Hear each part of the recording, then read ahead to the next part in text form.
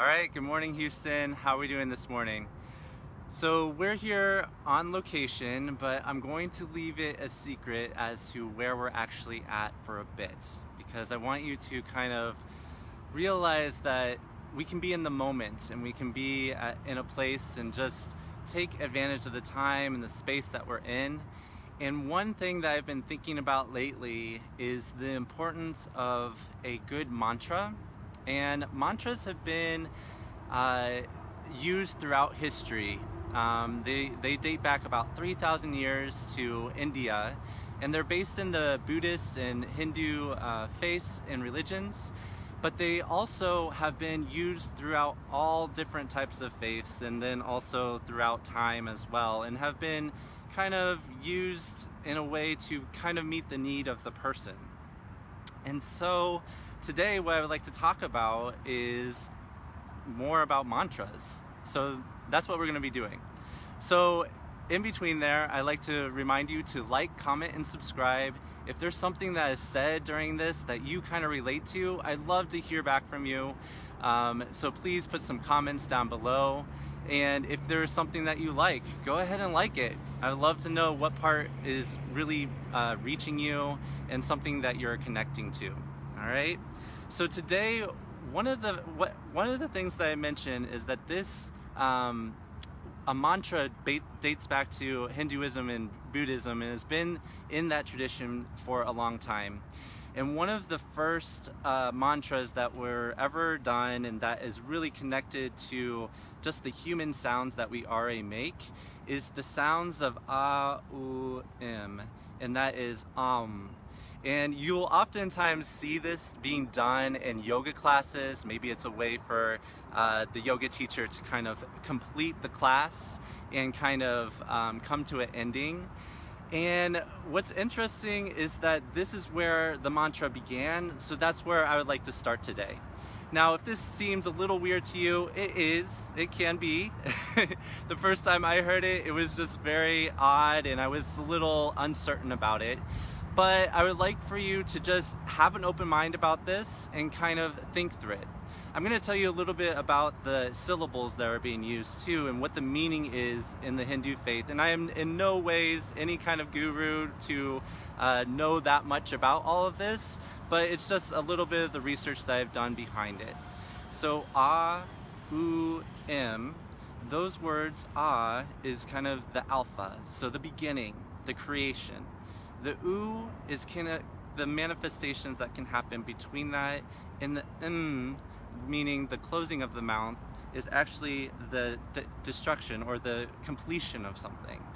So this really kind of embodies life and human life and living through things. And so I would like to encourage you to kind of think through that process of like, maybe there's even something going on through your life that has come to an end, or that had a beginning and came to an end, and you can kind of reflect on those things. This is definitely used through meditation and can be an intro to meditation as well. And I want you to, maybe if this is something that has fascinated you today, go ahead and research it, get more into it, think about it a little bit more. But this is how we're going to do an intro. So I'm going to do a brief little mantra. I'm going to do it 3 times just to give you an idea of what this looks like. And if you'd like to join in, go for it. And like I said, the sound is aum. All right? The flies are getting me a little this morning, but I'm going to try to avoid it.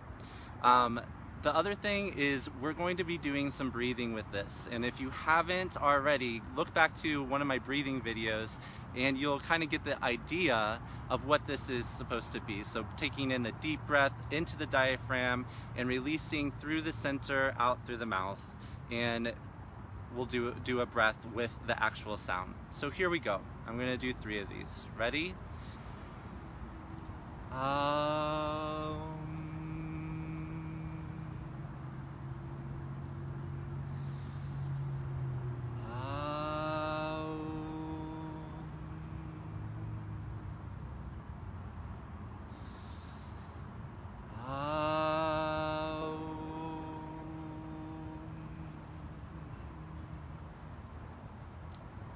Now every time I do a video, there's a sense of me that gets a little bit nervous.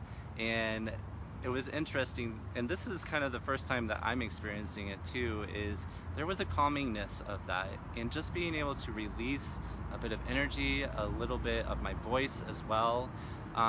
There was a calmness to it. So anyways, this is where our mantra started.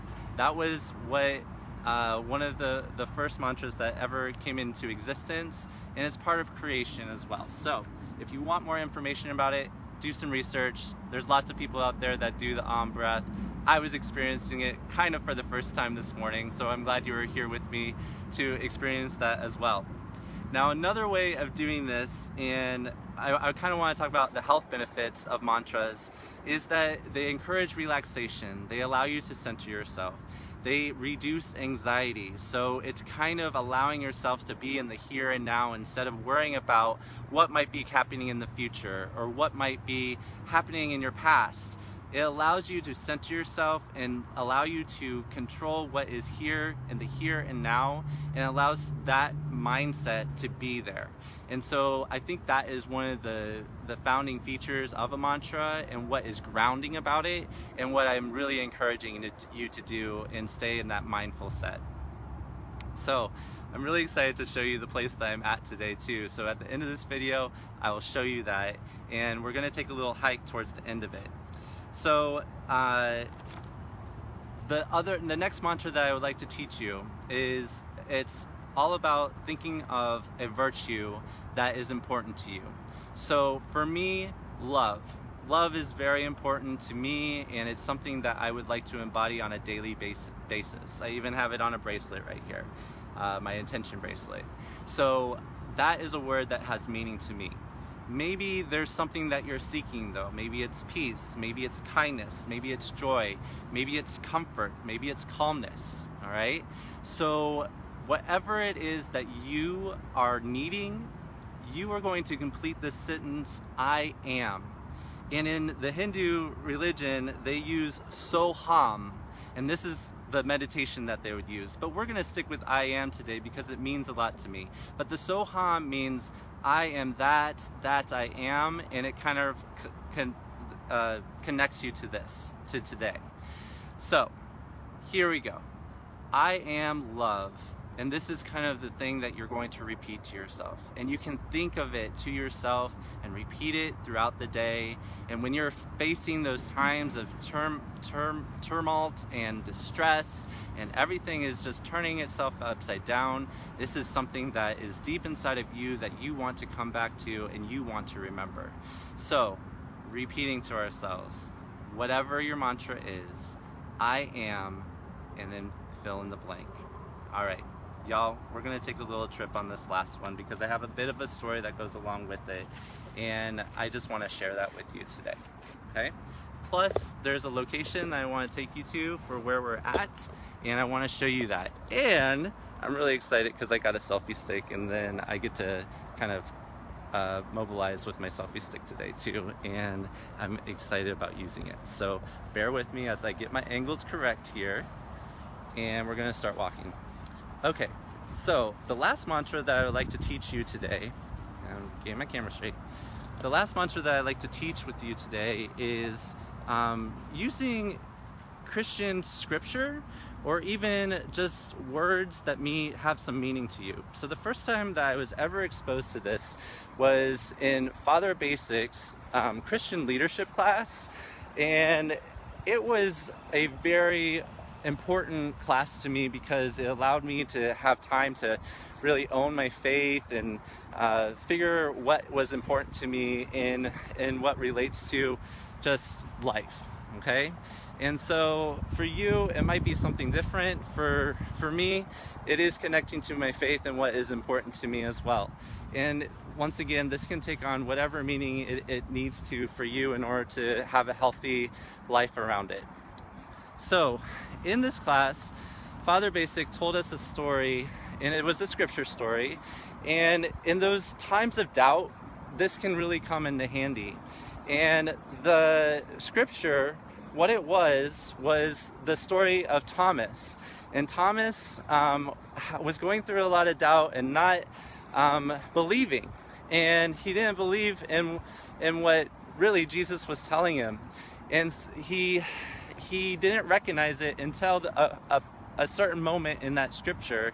And what he did when he realized it was he proclaimed, "My Lord and my God." And it was just one of these momentous occasions that kept with them.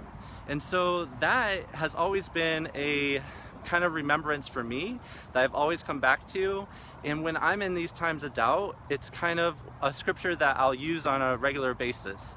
There are tons to choose from. There are tons of phrases that we can say that recenter us and bring us back to something that is important to us.